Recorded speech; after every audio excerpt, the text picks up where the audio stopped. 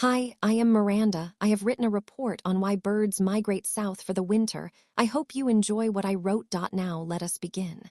The Great Bird Exit. Why migration is actually wild. So, everyone knows that birds fly south for the winter.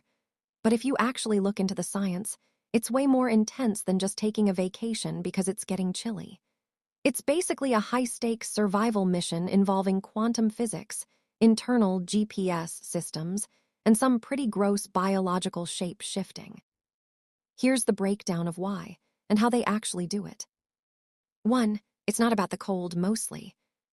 A lot of people think birds leave because they're freezing, but most birds could actually survive the cold if they had to. The real problem is the buffet closing down. The food crisis. If you're a bird that eats bugs or nectar, winter in the north is a death sentence. The insects die or go into hibernation, and the flowers disappear. No food equals no energy equals game over. The summer flex. So why come back north at all? Because during the northern summer, there's a literal explosion of life. Long days mean more time for plants to grow and bugs to hatch. It's like a 24/7 all-you-can-eat wings night for birds.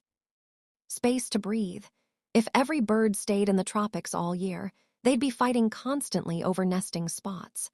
Moving north gives them room to spread out and raise their chicks in peace. 2. Physiological beast mode. Before a bird leaves, its body basically goes through a hardcore transformation. They don't just start flying, they prep like elite athletes, eating like it's their job. Birds enter a phase called hyperphagia. They basically eat everything in sight and can double their body weight in fat in just a few days. For a human, that would be like gaining 150 pounds of pure energy fuel in a week. Shrinking organs. Wait, what? This is the craziest part. To save weight for the long flight, some birds actually shrink their non-essential organs.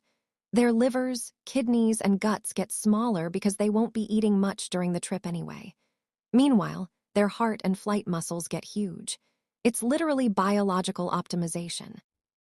3. How they don't get lost, the tech specs. Imagine trying to fly from Canada to South America without Google Maps. Birds have a multimodal navigation system, which is just a fancy way of saying they have a bunch of backups. Quantum eyes. This sounds like sci-fi, but it's real. Birds have a protein in their eyes called cryptochrome. Scientists think this lets them see the Earth's magnetic field. It's like they have a built-in AR augmented reality display that shows them which way is north. Star maps. Night migrating birds are basically tiny astronomers. They look at the stars and find the center of rotation, like the North Star, to figure out their orientation. Smell-o-vision. Some birds, especially seabirds, can smell maps in the air. They follow the scent of certain chemicals in the ocean to find their way across thousands of miles of open water. 4. The bottom line. High risk, high reward. Migration is honestly terrifying if you think about it.